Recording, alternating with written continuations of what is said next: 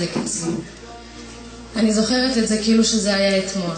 הייתי חולה מאוד, היו לי כאבי בטן ממש חזקים. באותה תקופה הייתה לי חברה שגם התעניינה באסלאם. היא שלחה לי קטע מהקוראן הקרים ב-ICQ. היום אחרי שהתאסלמתי אני יודעת שזה נקרא סורה. הסורה הייתה 14 דקות ו58 שניות. הפעלתי את הסורה ולאט לאט התחילו להיעלם לי כאבי בטן.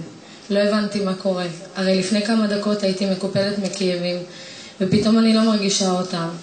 ברגע שהסורה נגמרה, שוב חזרו הכאבים כאילו שלא נעלמו בכלל. הבנתי שזה קשור לזה. והפעלתי שוב, ושוב נעלמו הכאבים.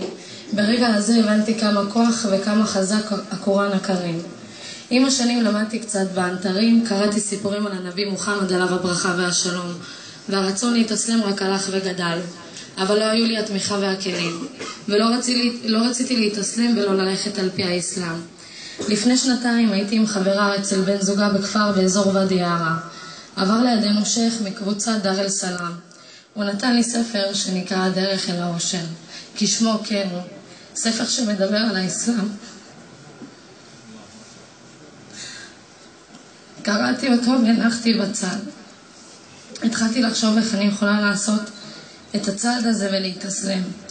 לפני 7 חודשים, בזמן שעשיתי סדר בספרים שלי, נתקלתי שוב בספר. דפדפתי בו ובסוף הספר ראיתי לפרטים ולבוררים שם ומספר טלפון. באותו הרגע לקחתי את הנייד שלי ופשוט חייגתי.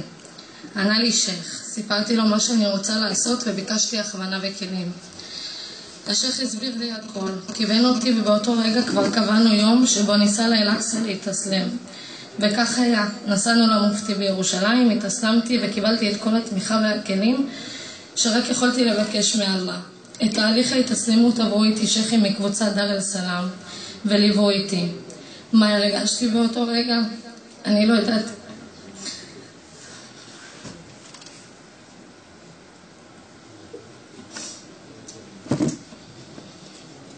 אם מילים יכולות לתאר את ההרגשה הזאת שהרגשתי ברגע שאמרתי אשהדו אן לה אילהה איללאה ואשהדו אן מוחמד רסול אללה.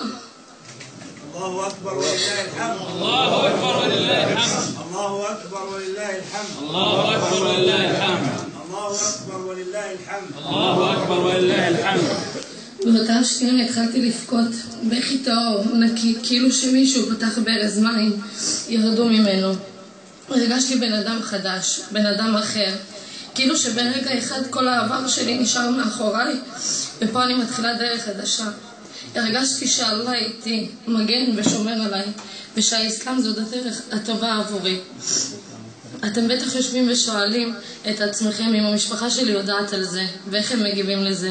אז לא, המשפחה שלי לא יודעת על זה שום דבר, חוץ מאבא שלי ובת אחותי, והם כמובן שהם תומכים בי, כי מה שטוב לי, טוב להם. אבל אם אמא שלי או האחים והאחיות שלי ידעו על זה, זה כבר יהיה סיפור אחר לגמרי. החברים שלי יודעים, רובם תומכים בי, וחלקם לא מבינים ושואלים אותי שאלות, כמו מדוע עשיתי את הצעד הזה. הם אומרים לי, מה, את משוגעת? מה לא טוב להיות יהודייה? ואני פשוט מסבירה להם שאין שום דבר רע בלהיות יהודי, אבל איש איש באמונתו יחיה. אתם מאמינים שהיהדות היא הדרך? אני מאמינה שהאסלאם היא הדרך. הדרך אל האושר, אל האור, מהחושך הנורא שהייתי בו. מהיום שהתאסלמתי חיי השתנו לטוב. אני רגועה יותר, שלווה יותר, במילה אחת מאושרת. והם נשארים פעורי פה ולא מגיבים. אני אומרת לעצמי, אלחמדולillah, זה המבחנים, לראות כמה אני חזקה וכמה באמת האסלאם והאמונה באללה חשובים לי.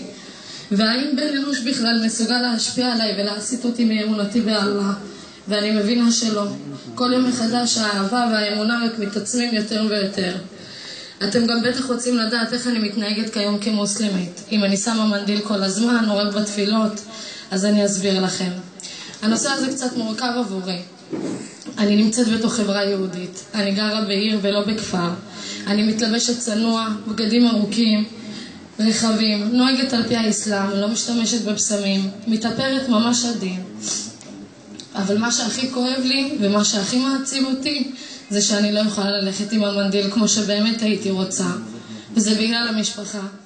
ברגע שאני יוצאת מהבית ומאזור מגוריי, אני באופן אוטומטי שמה את המנדיל, מסדרת אותו באוטובוסים, רכבות, כמו גנב שמסתתר עם השלל שהוא גנב.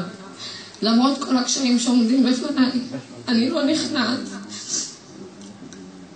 אני מתפללת, מחכה שכולם יצאו מהבית, ואז רצה מהר לעשות וודו ולהתפלל. בתפילת הבוקר אני מתעוררת בשקט, כדי שאמא שלי לא תשמע. עושה וודו, ממש כמו גנב שנכנס לבית על מנת לשדוד, ומתפללת מהר, כדי שהיא לא תתעורר בטעות, ותראה אותי מתפללת.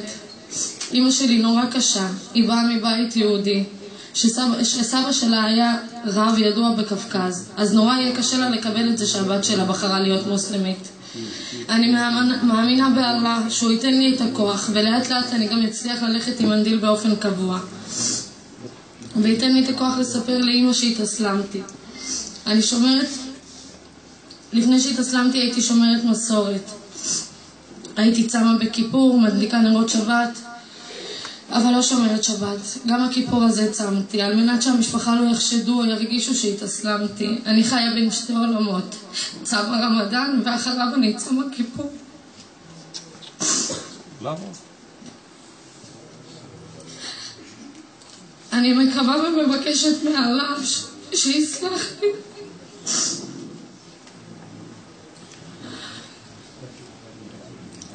אני מבקשת מאללה שיסלח לי על זה, אבל זה מה שאני חייבת לעשות על מנת לא לפתח מהומות בבית. אולי גם עולה לכם השאלה בראש, האם אני רואה איזשהו הבדל בין הדתות, ומה השוני בעיניי. אני לא עושה השוואה, אני פשוט מאמינה שהדת הנכונה והאמיתית היא אך ורק האסלאם. דת שלא נטולה בין דתות אחרות, דת שמחייבת אותנו להאמין בכל הנביאים ובכל שליחי אללה, בין אם זה משה ובין אם זה מוחמד, בין אם זה אברהם ובין אם זה ישו. אפילו בתפילה כתוב אלוהום סל על מוחמד ועל אלי מוחמד כמה סלית על אברהם ועל אלי אברהם, שזה אומר אללה שלח את רחמך על מוחמד ובני דורותיו כמו ששלחת את רחמך על אברהם ובני דורותיו. בתורה לא תמצאו קטע שיגיד אלוהים שלח ברכתך על מוחמד כמו ששלחת על משה, או שלח ברכתך על אברהם כמו ששלחת על מוחמד. אצל היהודים אנחנו מנדים, והלא לכולנו יש אל אחד, והלא כל הנביאים הם שליחי אללה. אין דבר כזה שתי אלים. האסלאם עם כל הקשיים והאיסורים בו היא דת חזקה, אמיתית, נכונה, שאין בה שום התערבות של בן אנוש.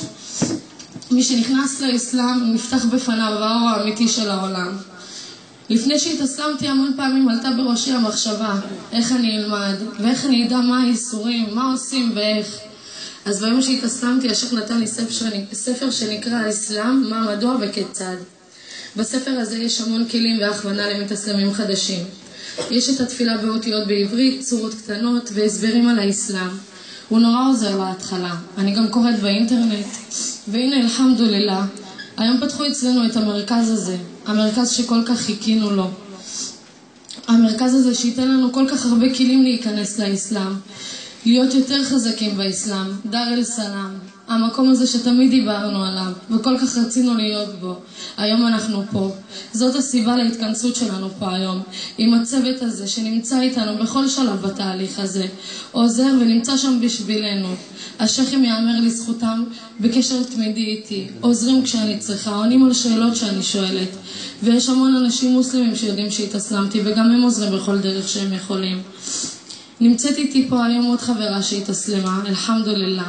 יש עוד 3 בנות שהתאסלמו והם לא הצליחו לבוא היום לצערי. החברה הראשונה שהתאסלמה הייתה איתי ביום שאני התאסלמתי.